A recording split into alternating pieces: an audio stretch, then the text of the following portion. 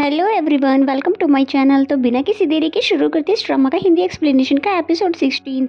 Episode की starting में हम देखते हैं जियांग जो कि फैंग के साथ होता है। तभी फैंग जियांग को सूजी और कैन की पिक्स दिखाते हुए बोलता है, आई थिंक तुम्हारी सिस्टर लिनोई के फ्रेंड कैन को डेट कर रही है। ये सुनकर जियांग बहुत ज्यादा हैरान हो जाता है और हमें सूजी को दिखाते हैं जो कि इस इंतजार में थी कि लिनोई जैसे ही बाहर आएगी तो मैं उसका पीछा कर सकूं।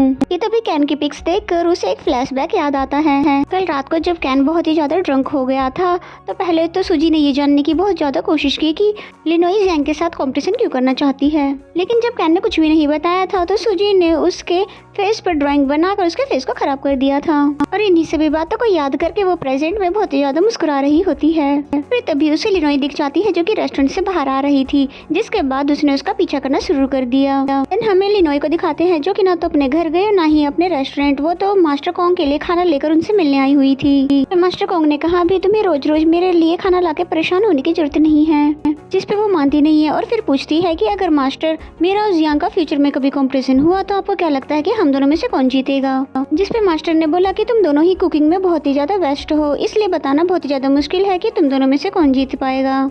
एंड देन हमें सूजी को दिखाते हैं जो कि बाहर हॉस्पिटल के खड़ी होकर लिनोई के बाहर आने का वेट कर रही थी और साथ ही वो सोच भी रही थी कि लिनोई आखिर यहाँ पर किससे मिलने के लिए आई होगी। और दूसरी तरफ मास्टर कोंग को दिखाते हैं जो कि बोल रहे थे तुम और जियांग दोनों ही दिल से कुकिंग नहीं करते, बल्कि तुम दोनों में एक अलग ही जुनून है, क्योंकि जियांग ने कुकिंग सिर्फ इसलिए सीखी थी ताकि वो अपने ग्रैंडफादर को हरा सके। तुमने कुकिंग सिर्फ इसलिए सीखी ताकि तुम मेरा बदला जियांग से ले सको, इसलिए अगर कभी तुम दोनों के बीच में कंपटीशन हुआ तो वही जीतेगा जो कुकिंग दिल से करेगा।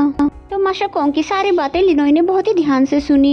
एंड देन जैसे वहाँ से चली जाती है तो उसके बाद सूजी वहाँ पर आ जाती है, जिसे देखकर पहले तो मास्टर कोंग बहुत ही ज्यादा हैरान हो जाते हैं, लेकिन फिर बाद में हंसने लग जाते हैं। एंड देन हमें नेक्स्ट सीन में कैन को दिखाया जाता है जिसको जियांग ने मिलने के लिए बुलाया हुआ था और फिर जैसे ही पूछता है कि क्या तुम सच में मेरी सिस्टर को डेट कर रहे हो, तो कैन ने बताया कि हाँ ये बात सच है और मैं उसको बहुत ही ज्यादा लाइक करता हूँ। इस पे जियांग ने बोला मुझे तो नहीं लगता कि वो तुम्हें लेकर कुछ ज्यादा सीरियस भी है, जिस पे कैन ने बोला हाँ मुझे भी पता है कि वो मुझे लेकर सीरियस नहीं है, बल्कि वो तो सिर्फ टाइम पास कर रही है मेरे साथ ताकि वो सिर्फ अपना अकेलापन दूर कर सके, लेकिन फिर भी मुझे इससे कोई भी फर्क नहीं पड़ता।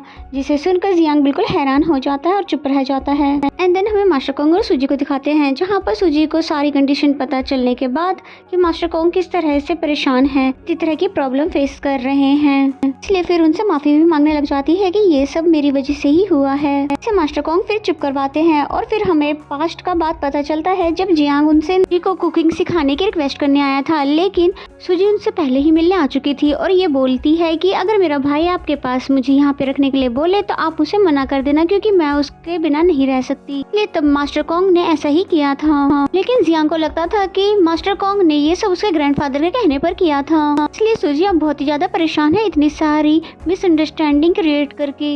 इसमें मास्टर कोंग ने बोला कोई बात नहीं, अब जो हो चुका है वो तो हो ही गया है, जिसके लिए तुम्हें अब माफी मांगने की कोई भी जरूरत नहीं है, न ही कभी इस बारे में जियांग को बताना, नहीं तो उसको बहुत ही ज्यादा रिग्रेट होगा। तो ये सुनकर सूजी और भी ज्यादा परेशान हो जाती है। एंड देन हमें जियांग को दिखाते हैं जहाँ पर कैन उसे कहता है कि मुझे भी आपसे कुछ पूछना है और फिर तभी जियांग के पास आकर उससे बोलने लगा कि आप लिनोई को पसंद करते हो, क्यों मैं ठीक कह रहा हूँ ना। जिस पे तो जियांग बहुत ज्यादा हैरान हो जाता है, जिस पे पहले तो वो उस बात को एक्सेप्ट नहीं करता, लेकिन वो बाद में एक्सेप्ट कर लेता है कि हाँ मैं उसे लाइक करता हूँ, पर पता नहीं क्यों मुझे ऐसा लगता है कि वो मुझे लाइक नहीं करती। तो ये सुनकर कैन बिल्कुल सरप्राइज हो जाता है, क्या वाकई आप उसको लाइक करते हो, और फिर कहता है कोई बात नहीं मैं इसमें आपकी हेल्प करवा दूंगा।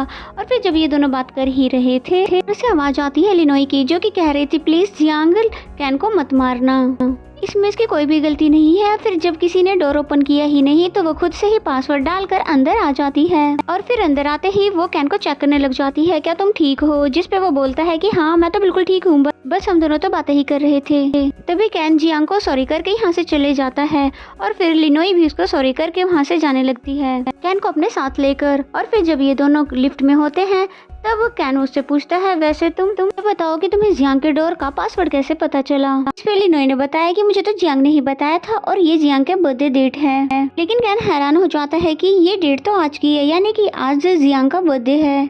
जिस पे लिनोई बोलती है हाँ शायद। और फिर लिनोई को याद आता है कि कैसे एक बार जियांग ने उसे बताया था कि मेरे फादर मेरे बर्थडे पर बीफ सूप बनाकर देते थे।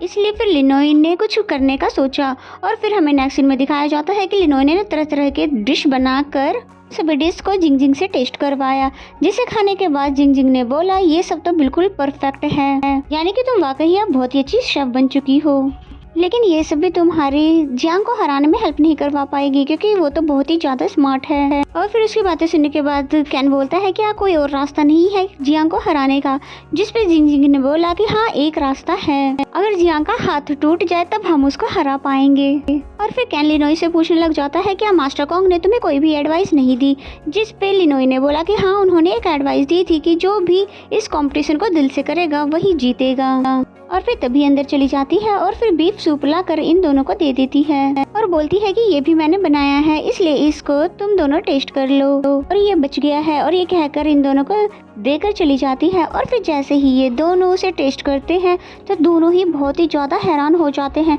क्योंकि ये सूप वाकई बहुत ही ज्यादा टेस्टी बना था। ये लिनोई ने इसे जियांग के लिए बहुत ही दिल से बनाया था। एंड देन हमें जियांग को दिखाते हैं जो कि अपने बचपन की वीडियोस को देख रहा था और बहुत ही ज्यादा ड्रिंक कर रहा था कि कैसे उसकी लाइफ पहले हैप्पी हुआ करती थी जब उसके पेरेंट्स उसके साथ थे। कि तभी डोरबेल बजती है और फिर जैसे ही उसे चेक करने आता है तो उसे डोर पर लंच बॉक्स दिखा, जो कि वही लंच बॉक्स था जो कि जियांग ने लिनोई को बारिश के टाइम पर दिया था सूप बनाकर। इसलिए समझ जाता है जियांग कि जरूर ये लिनोई लाई होगी और फिर जरूर आसपास ही होगी। और फिर जैसे ही उसे इधर उधर ढूंढने लगता है तभी वो बेहोश हो जाता है, जिसे गिरने से पहले ही लिनोई उसे बचा लेती है। और फिर वो उसको लेकर उसके अपार्टमेंट में आ जाती है और फिर जैसे उसको लेटा ही रही होती है लेकिन जियांग अनकंट्रोल होकर उसके ऊपर ही गिर जाता है और वो बिल्कुल भी उस पे से हट नहीं रहा था। फिर जैसे इसको होश आता है तो वो उससे पूछता है कि तुम यहाँ पर क्या कर रही हो। फिर जिस पे लिनोई ने बताया क्योंकि मैं तुम्हारे विदाउट परमिशन इस घर में आज एंटर जो हो गई थी इसलिए मुझे तुम्हें सॉरी कहना था।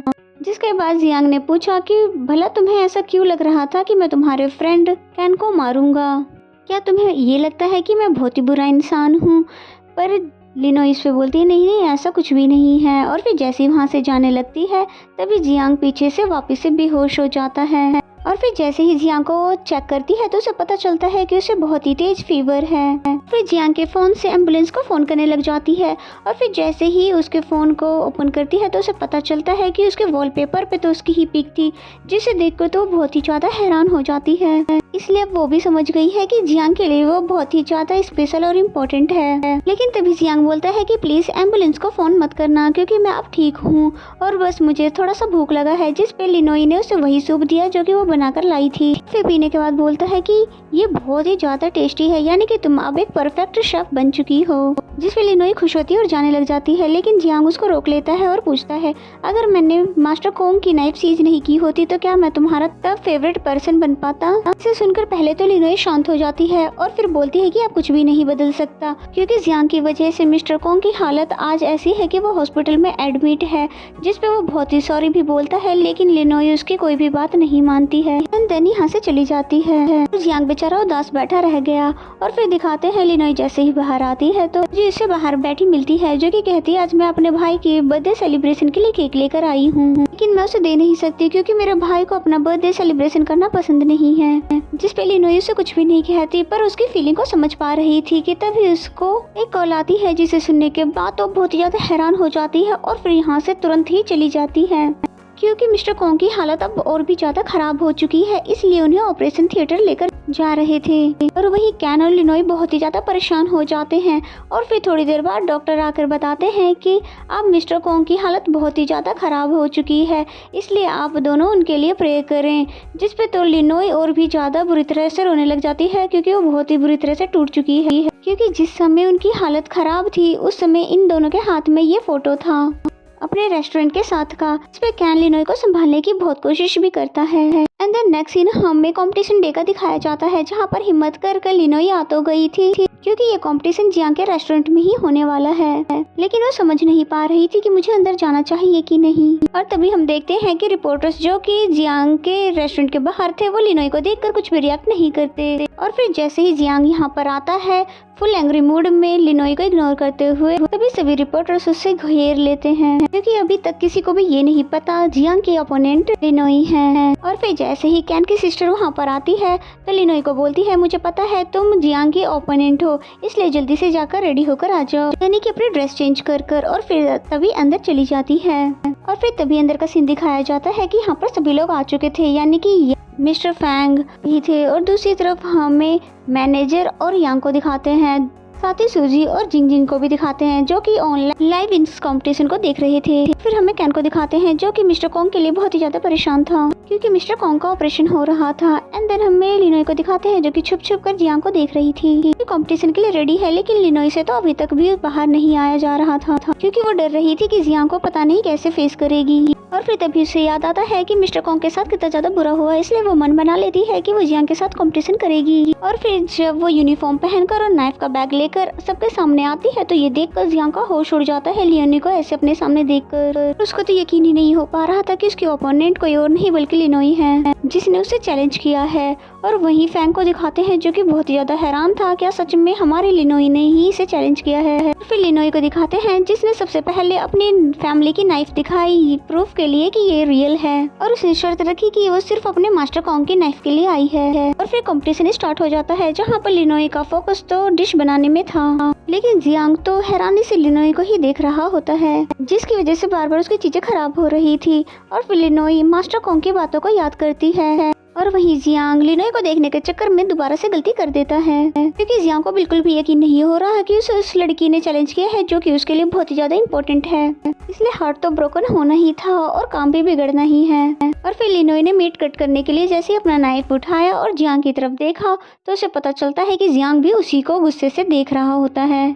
फिर दोनों ही कुकिंग करना शुरू कर देते हैं और अपनी अपनी परफेक्ट स्किल का इस्तेमाल भी करते हैं। फाइनली जियांग भी फुल फोकस हो चुका है क्योंकि पहले तो वो लिनोई को देख कर डिस्ट्रैक्ट हो रहा था और अब फाइनली फोकस के साथ फुल कॉन्फिडेंस से वो डिश रेडी करने लग जाता है। और फिर दोनों ने ही फाइनली डिशेस को रेडी कर लिया और जैसे ही जियांग ने बेल बजाई तो जिसे सुनते ही लिनोई बिल्कुल फ्रीज हो जाती है क्योंकि उसको कुछ अजीब सा एहसास होता है क्योंकि डॉक्टर लाख कोशिश करने के बाद भी मिस्टर कॉन्ग को बचा नहीं पाए हैं। इसका मतलब अब मिस्टर कॉन्ग अब इस दुनिया से जा चुके हैं, इसलिए कैन बहुत ही बुरी तरह से रोने लग जाता है और लिनोई भी इस बात को फील कर पा रही थी। तभी कुछ ऐसा लगता है कि जैसे मिस्टर कॉन्ग ने उसकी वाली बेल को प्रेस करवाई हो। और फिर टाइम आता है जजेस की डिशेस टेस्टिंग के टाइम का, जहाँ पर लिनोई की भी डिश जजेस को बहुत ही ज्यादा पसंद आती है और जियांग की भी, इसीलिए इन दोनों में से एक वोट जियांग को और एक वोट लिनोई को मिल जाता है। और अब बारी है फाइनल वोट की जो कि किसी और को नहीं बल्कि कैन की सिस्टर को देना है। इसलिए सभी लोग इस मोमेंट को हैरानी से देख रहे थे कि आगे अब क्या होगा, कि अब सभी लोग सीरियस हो चुके थे कि अब कौन जीतने वाला है और कौन हारेगा।